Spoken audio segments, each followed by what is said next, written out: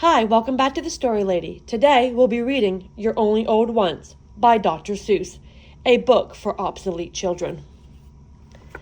One day you will read in the National Geographic of a faraway land with no smelly bad traffic. In those green pastured mountains of Fada-Fazee, everybody feels fine at 103. 'Cause the air that they breathe is potassium free, and because they chew nuts from the tut-tut-a tree.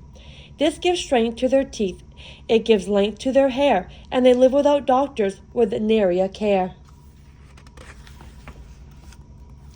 And you'll find yourself wishing that you were out there in Fada-Fazee and not here in this chair, in the Golden Years Clinic on Century Square for spleen replacement and muffler repair. Just why are you here? You're not feeling your best. You've come in for an eyesight and solvency test. And if you're the type that gets finicky finnick, at this point you'll try to get out of that clinic. But they will outwit you as quick as a winnick. The quiz docs will catch you. They'll start questioning earing. They'll ask you point blank how your parts are all faring. And your grandfather's parts, and please try to recall if your grandma hurt most in the spring or the fall. Did your cousins have dreadful wild nightmares at night? Did they suffer such ailments as bus driver's blight, chimney sweep stupor, or prune picker plight? And describe the main cause of your uncle's collapse. Too much alphabet soup, or martinis perhaps. And the next thing you know when you finish that test is somehow you've lost both your necktie and vest, and an ogler is ogling your stomach and chest.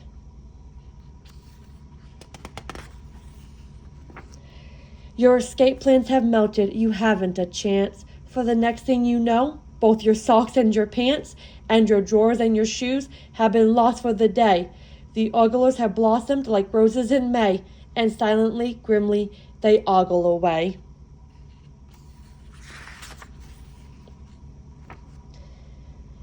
What those oglers have learned, they're not ready to tell. Clinicians don't spout their opinions pell-mell, so you're black with the vestibule fish for a spell. Norval won't bring you much comfort, you know, but he's quite sympathetic as clinic fish go.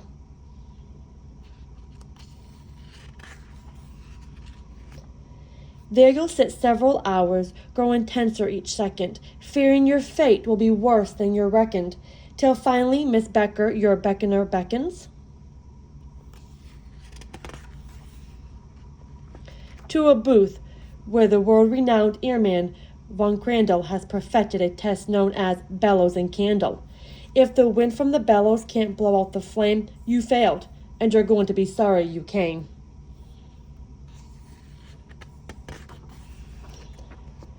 You'll be told that your hearing's so murky and muddy. Your case calls for special intensified study.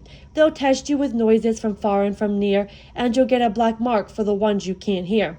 Then they'll say, my dear fellow, you're deafer than most, but there's hope, since you're not quite as deaf as a post. We'll study your symptoms, we'll give you a call. In the meantime, go back and sit down in the hall.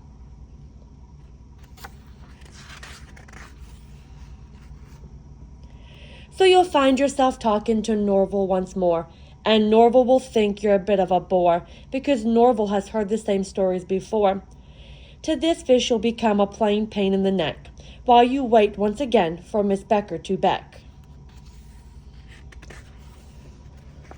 But Miss Becker won't come. With great swish and great swank, a wheelchair will come. You've gained status and rank.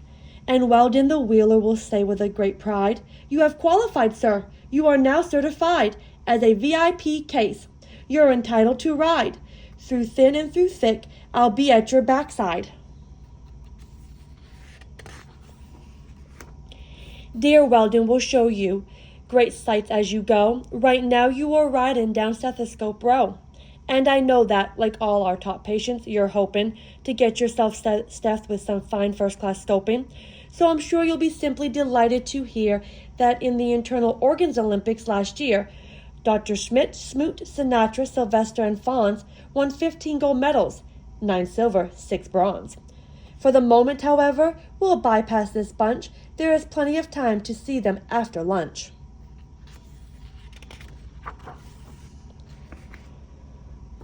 You must see Dr. Pollen, our allergy whiz, who knows every sniffle and itch that there is. Dr. Pollen will find, as he works on your case, if the face powder's wrong on your stepsister's face. He will check your reactions to thumbtacks and glue, catcher's mitts, leaf mold, and cardigans too. Nasturtiums and marble cake, white and blue chalks, anthratic coal, and the feathers of hawks. Also corn on the cob. Also buffalo grease and how you react when you're stared at by geese. He'll take copious notes. Then I'll hazard a guess that he'll send you downstairs to see Dr. Van Ness.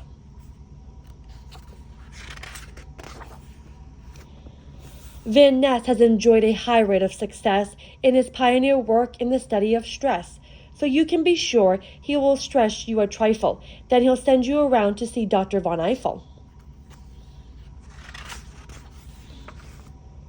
Dietitian Von Eiffel controls the Wuff Whiffer, our diet-devising computerized sniffer, on which you just simply lie down and repose and sniff at good food as it goes past your nose. From caviar souffle to caribou roast, from pemmican patties to terrapin toast, he'll find out by sniff scan the foods you like most. And when that guy finds out what you like, you can bet it won't be on your diet. From here on, forget it.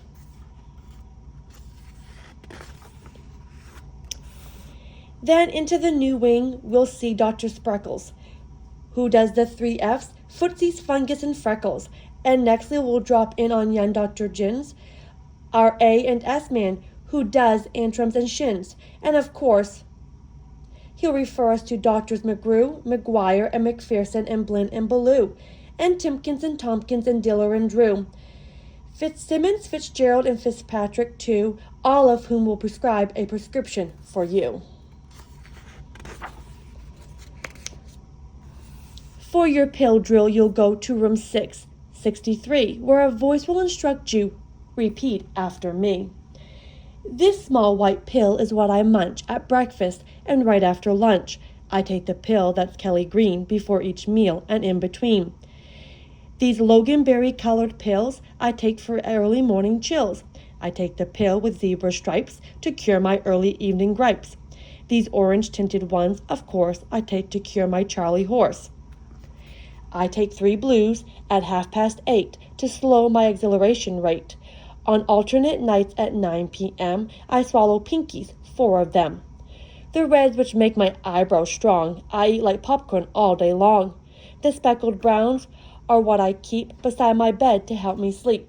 This long flat one is what I take if I should die before I wake.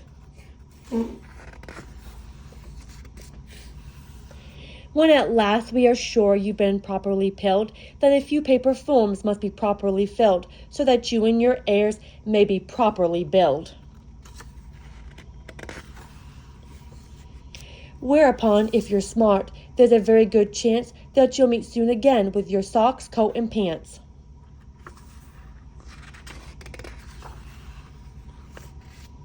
And you'll know once your necktie's back under your chin and Norval has waved you Godspeed with his fin, you're in pretty good shape for the shape you are in.